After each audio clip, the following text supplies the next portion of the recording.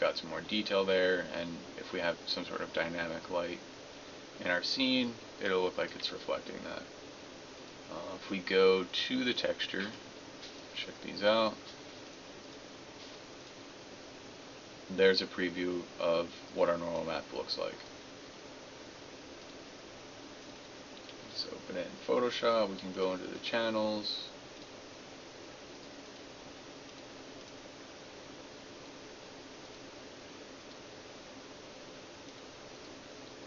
So we're getting sort of different information here. Okay. Let's take a look at our AO. Let's see what our AO is looking at. So this is kind of low quality, but not too bad, not terrible. So let's throw that on our object real quick. Oops. So I'm going to click on our low poly plane. We'll go to our material, and I'm going to click my color slot here, the checker there. I'm going to click File, click the folder icon, and we'll add this AO now.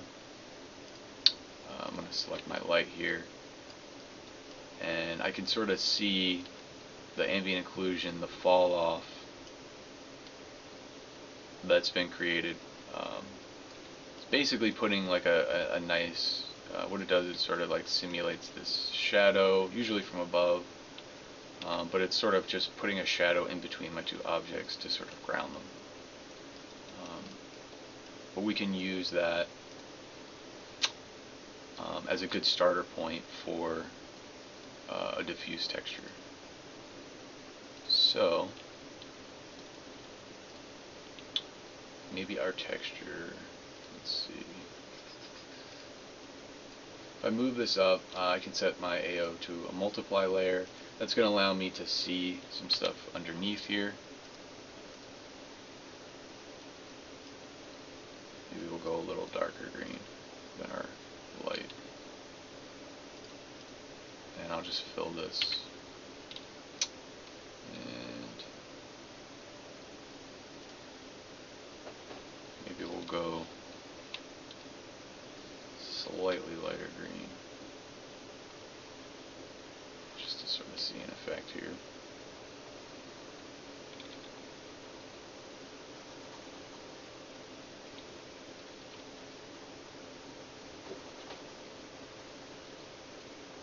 So super simple, super quick. Okay, so let's just save this out as our diffuse. I'm going to call it D for diffuse. We'll just throw it on the desktop. Click on material. Right now, well, I'll talk about that in a second. So I'm going to replace my AO here with my diffuse. So my AO is now basically packed into, I saved it as, sorry about that, saved it as a Photoshop file. Save it as a PNG. I'm going to turn compression off.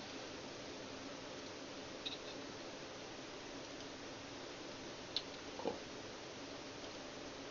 So just to go back a second, sometimes when you load in your material, you get transparency turns on. If you're doing a character or something, that can, I see that sort of error, or people have questions about that a lot.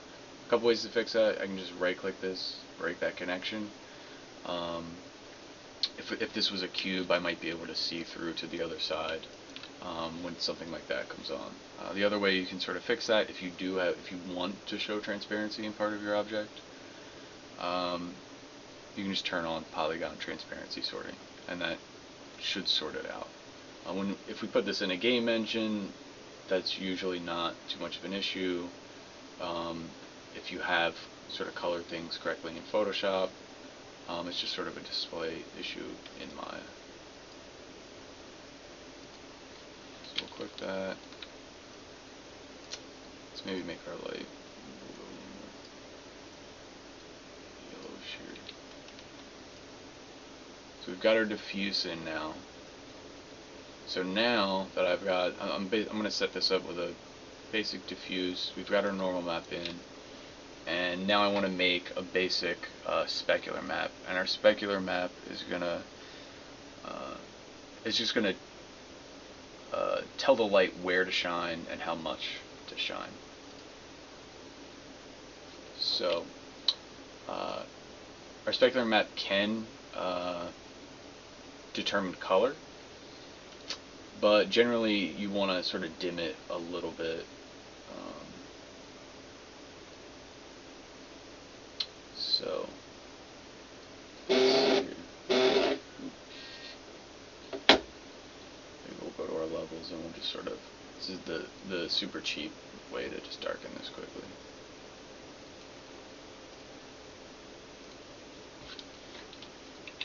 And maybe we'll take green, we'll add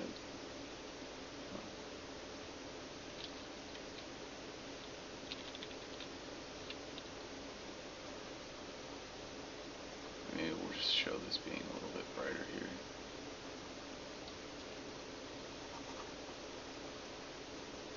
And then maybe to really sort of just get the idea for the effect.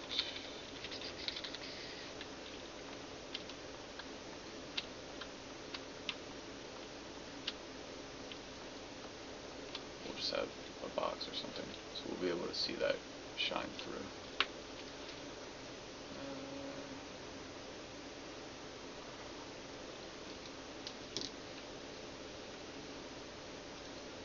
That's going to probably be pretty bright, so let's maybe darken a little more.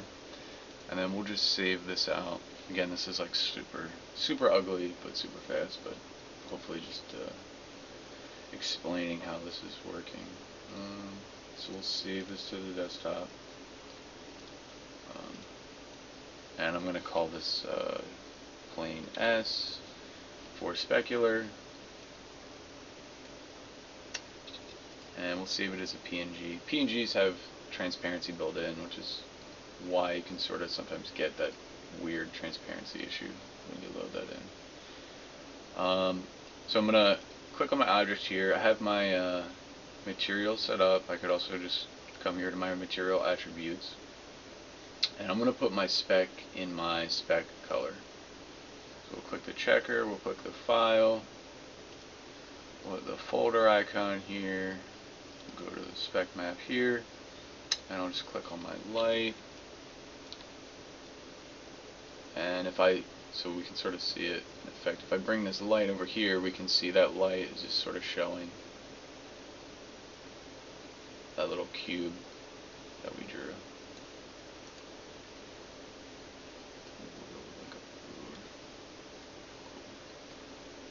So our spec is sort of shining. It's going to be shining green because we've made all this green, but let's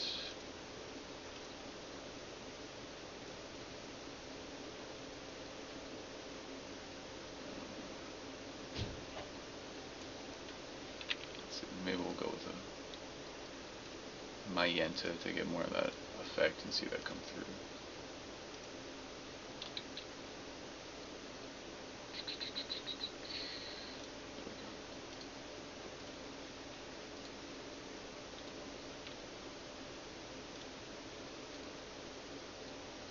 I'm just going to go back here and then I'm just going to reload that.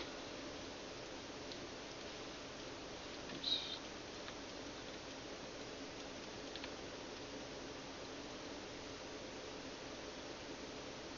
So we're sort of getting a different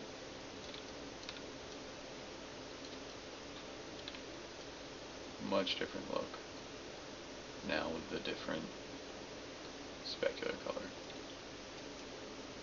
It's kind of coming off a little blue, I guess because of the light, plus with the red, and I guess maybe the green mixed in.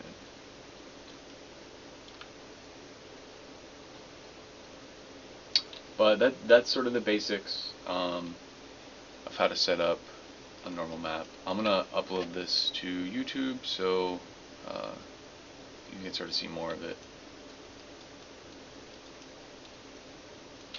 But I think that's pretty much it. There's obviously a lot more that we could do in Photoshop with any kind of example. If we even just, let me just grab like a splatter brush.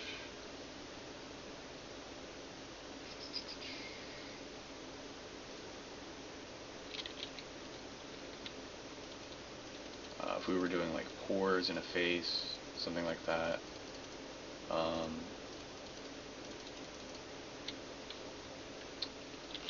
Having those little details come through on the spec map, I think, will look very nice.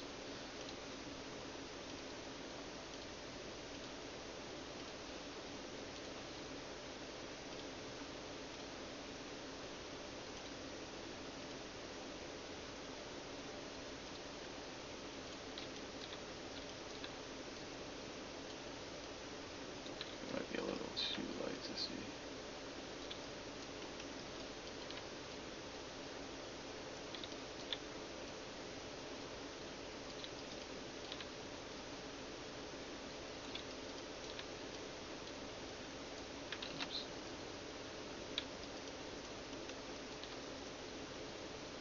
Yeah, probably a little too light. Well,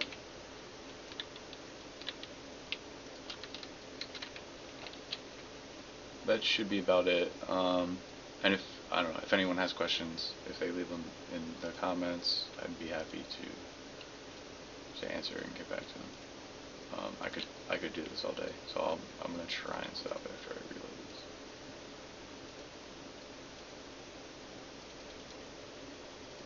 Okay, I see it coming through a little better there.